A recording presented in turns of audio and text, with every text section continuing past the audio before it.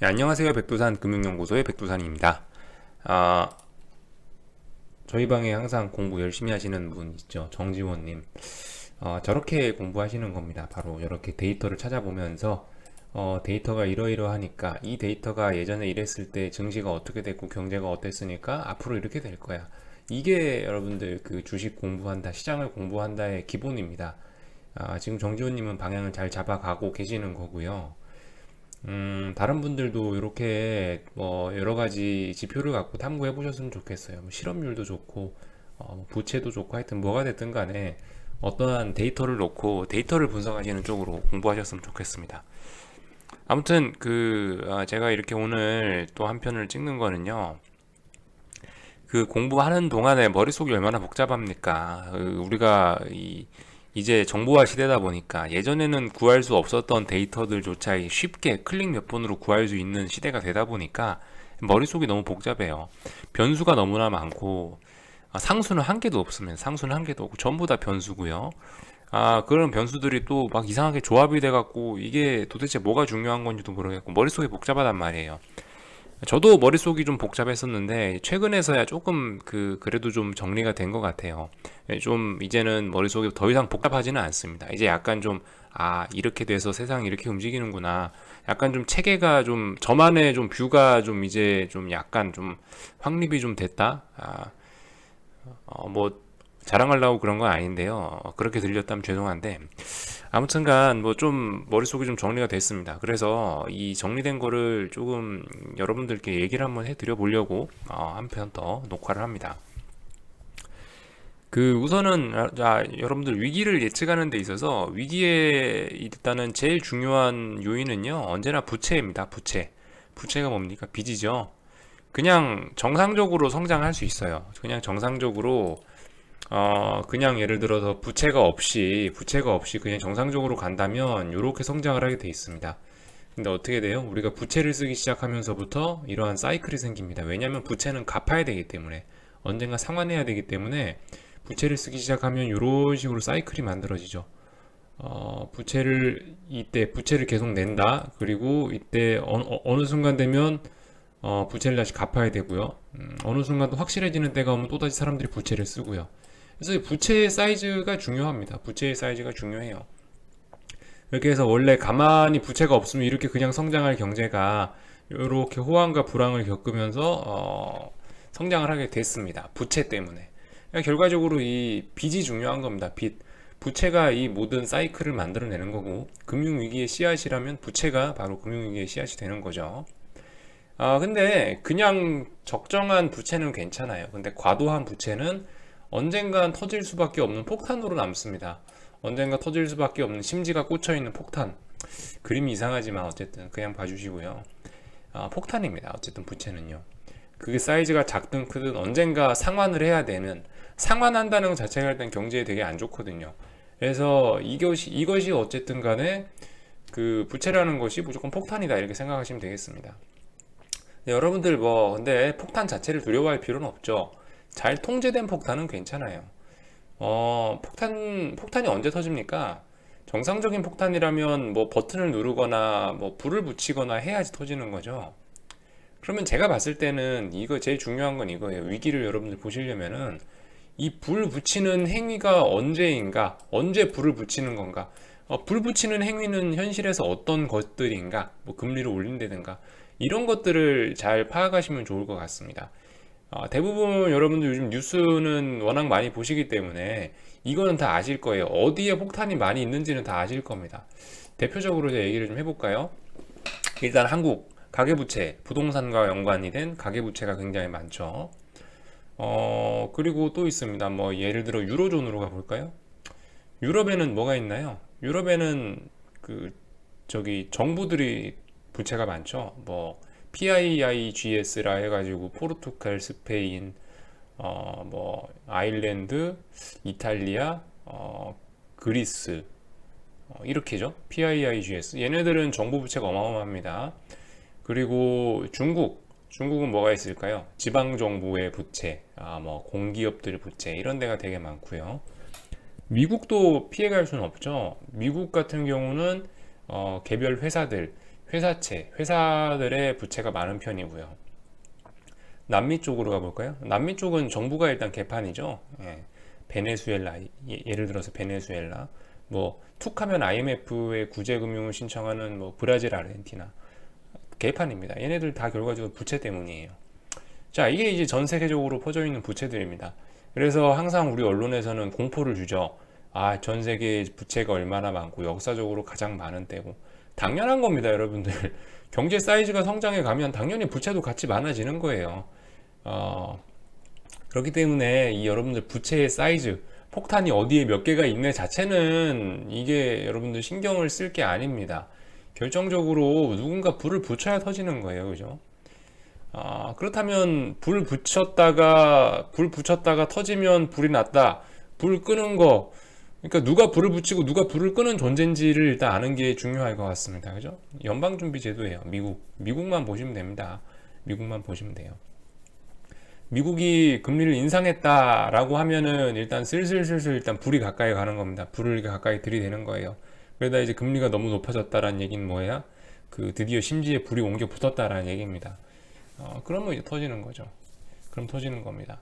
폭탄이 빵 터지고 나서 불이 났어요. 온통. 불이 나면 불 끄는 조치로 뭘 하냐? 금리를 인하합니다. 그렇게 되면 또 다시 요렇게 부채가 모자란 과소투자의 상태가 오게 되는 거죠.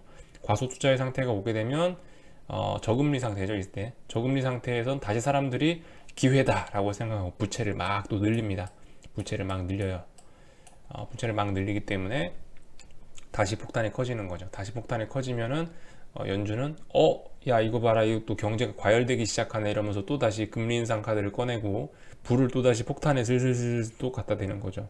그리고 너무 금리가 많이 올랐다. 심지에 불이 닿았다. 그러면 또 터지는 거죠. 계속 이거의 연속입니다. 이거의 연속. 과잉 투자와 과소 투자. 무엇이 과잉 투자와 과소 투자를 불러오느냐? 결과적으로 다 사람 심리입니다. 그죠?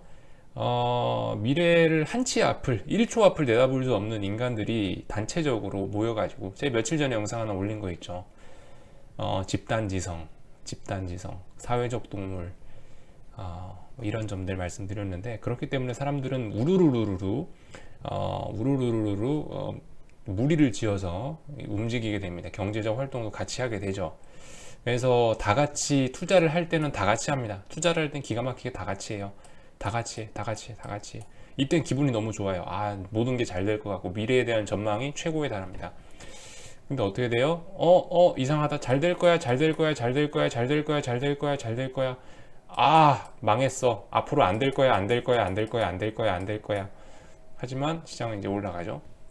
무슨 말씀하시는지 아시겠죠? 사람들의 전망은 이렇습니다. 여기까지는 맞아요. 다 같이 잘 될 거야. 희망이 차요. 여기서 잘 될 거야. 사람들의 인식은 이겁니다. 그렇지만 현실은 어떻다? 잘 될 건데 꺾이네. 야, 이제 앞으로 안 될 거야. 이제 위기가 터졌어. 앞으로 안 될 거야. 하고 인식이 바닥을 치기 시작하죠. 그죠? 이렇게. 그러나 현실은 뭐다? 과도 투자가 일어나서 연방준비제도에서 소화기로 불을 꺼줬기 때문에 다시 그때부터 올라간다. 이겁니다. 간단하죠? 사실 설명은 간단한데 이거를 어떻게 이제 알아볼 것이냐. 이거를 이제 연구하는 게 이제 뭐 정지원님이나 제가 하는 것들입니다. 어떤 지표들이 이 지금 과잉 투자냐 과소 투자냐를 잘 드러내 줄 것인가, 어떤 지표를 보고 이거를 미리 알 수 있을까라는 거, 그거를 이제 탐구하는 게 저하고 정지원님이 이제 즐겨서 하는 겁니다. 이제 제가 생각한 팁을 하나 가르쳐 드릴게요. 사실 그 많은 지표들을 보는 것도 좋은데 사실 요즘 저는 지표들 많이 안 봅니다. 예전에는 많이 봤어요. 왜냐하면 공부하기 위해서 이런 것들을 보면은 미래의 증시를 예측할 수 있지 않을까 하면서 많이 봤는데요. 솔직히 근데 이렇게 별로 그렇게 증시 예측에 도움이 될 만한 그러한 경제 지표들은 사실 잘 없었다. 몇 개 없었어요. 그나마 금리가 시장에 많이 영향을 미쳤는데, 주식시장에 정말 많이 영향을 미쳤는데, 그나마 금리마저도 솔직히 요즘엔 시장에 좀 영향을 미치는 게 좀 줄어들고 있는 추세인 것 같습니다. 왜냐하면 말씀드렸다시피 돈 자체가 세상에 너무 많기 때문에 금리를 지가 좀 올린다 조금 내린다고 해서 이 주식시장이 오르고 내리는데 그 크게 영향을 미치지는 못하는 것 같다는 생각. 근데 이 성향이 이러한 추세가 근데 계속 되겠죠, 앞으로. 왜냐면 유동성은 계속 양적 완화를 통해서 풀려나가고 있으니까. 아무튼 얘기가 길어졌는데요. 결론적으로 그래서 제가 제목을 금융위기 예측하는 비기를 알려드린다라고 말씀드렸는데, 이래서 제 머릿속이 좀 간단해졌습니다.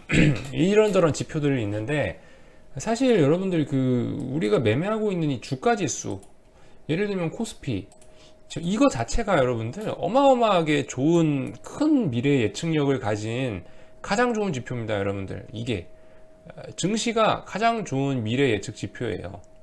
그래서 실제로 증시 자체가 우리 코스피 지수 자체가 경제 선행 지표로서 한국은행에서 쓰고 있는 거 아십니까? 그죠? 한국은행에 쓰고 있어요. 한국의 경제의 미래를 예측하기 위해서 경제 선행지표라는 것을 발표하지 않습니까? 그 중에 하나가 주가지수예요. 그렇기 때문에 제가 생각하는 바는 이미 이거 자체가 경제 선행지표인데 뭐 어떤 지표를 가지고 사실 그죠? 경제 선행지표를 또 선행해서 예측을 하겠다고 이건 제가 봤을 때 일단 상식적으로는 좀 별로 그렇게 일단 좀 말이 좀 썩 되지 않는 것 같긴 합니다. 물론 할 수 있어요. 할 수 있어. 몇몇 지표들을 가지고 증시를 예측할 수 있는 게 있긴 있는데 몇 개 안 돼요. 되긴 돼.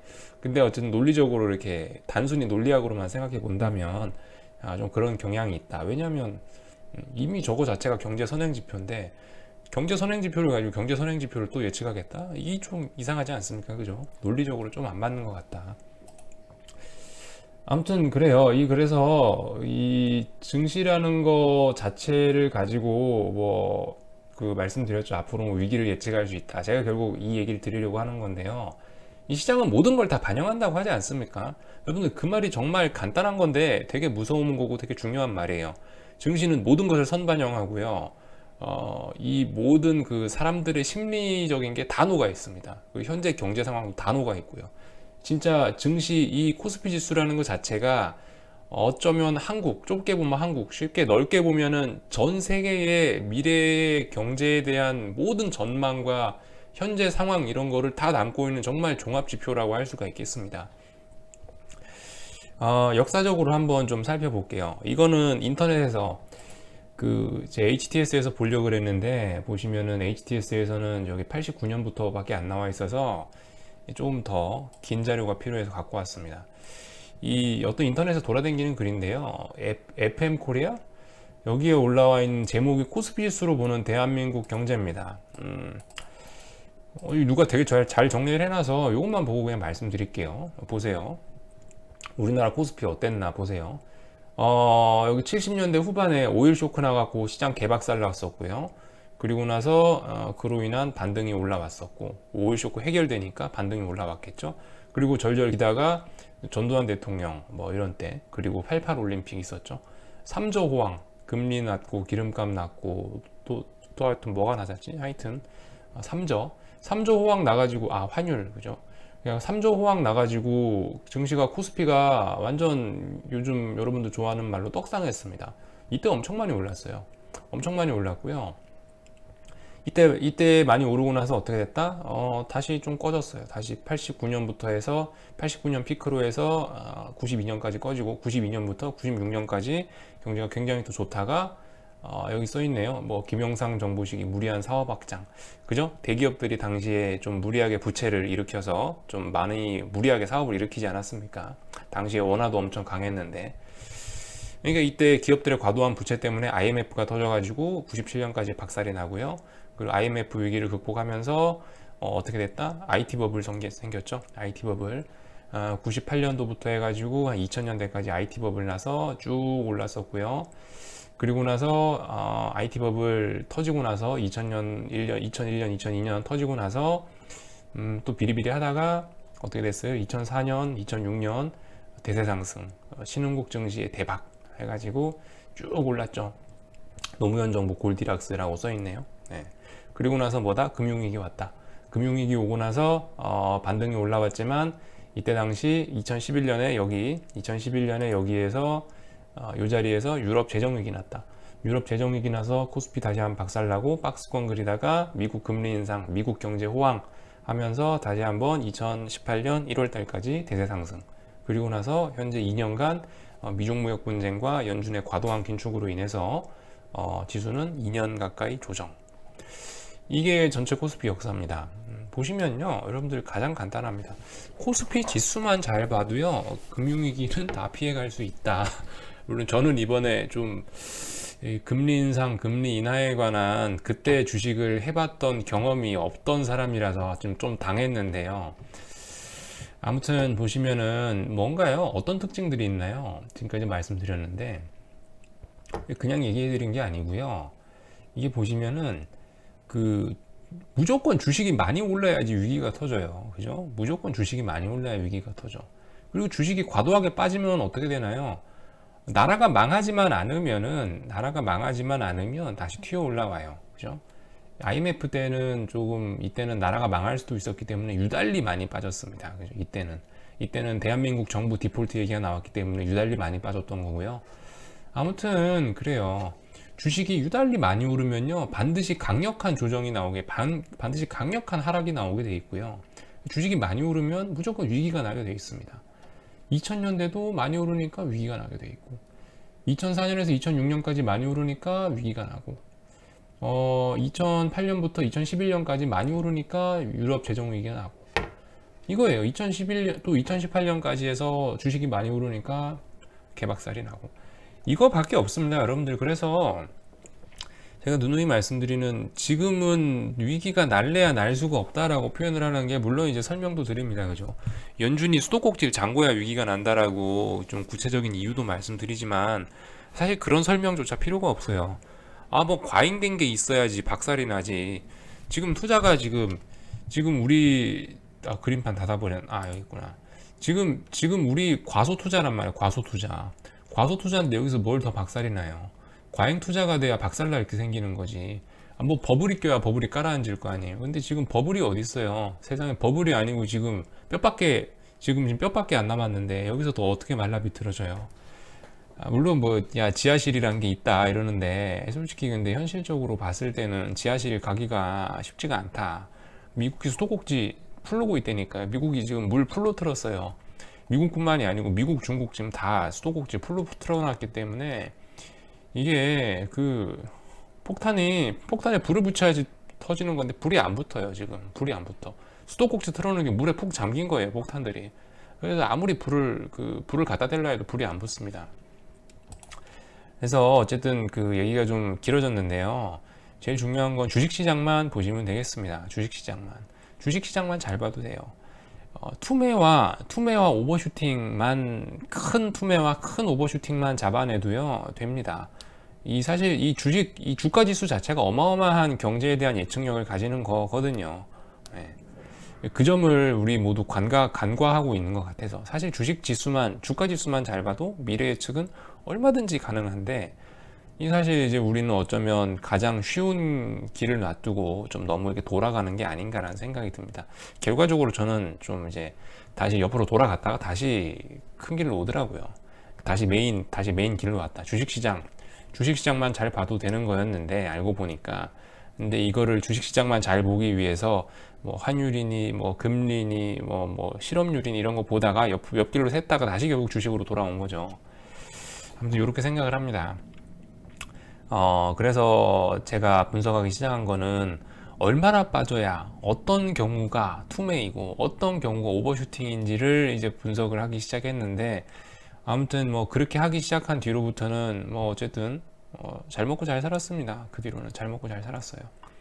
물론 요즘에 조금 위기를 겪고 있긴 한데, 말씀드렸다시피 금리 인상과 금리 인하 이 사이클을 한 번도 안 겪어본 투자자라서 옆에 또 그런 얘기를 해줄 수 있는 분들이 안 계셨기 때문에 좀 더 위기를 좀 저도 겪고 있긴 한데, 아무튼 간단해요. 이 주식이 많이 오르면은 위기가 나겠구나 생각하시면 되고, 많이 빠지면 기회구나 생각하시면 됩니다. 지금 어쨌든 무려 2년이나 빠졌어요. 이렇게 주식이 빠진 거 IMF 이후로 처음입니다. 아시겠죠? 사실상 지금은 굉장한 기회의 장일 가능성이 크다 라는 점 아셨으면 좋겠고, 참고로 이 차트는 왜 이렇게 됐냐면 로그 차트입니다. 로그 차트이기 때문에 진짜 많이 올라야 티가 나는 거죠. 진짜 많이 올라야. 사실 3점 호황 때 정말 많이 올랐고 IMF 때 정말 많이 빠졌고 그 이후로는 지수 변동성이 사실 옛날만큼 나오지는 못하고 있다라는 거죠. 네. 저성장이니까 이제 옛날만큼 이런 변동성은 기대하기 힘들다라는 거. 아무튼 중요한 거 주식이 많이 올라야지 위기가 납니다. 주식이 많이 오르지도 않았어요. 지금 이제 바닥 따지고 올라갈까 말까 하는 단계입니다. 어떤 위기는 제가 봤을 때는 위기를 얘기하는 거는 조금 이른 것 같다. 부적절한 타이밍인 것 같다라는 말씀 드리겠습니다. 여기서 마칠게요.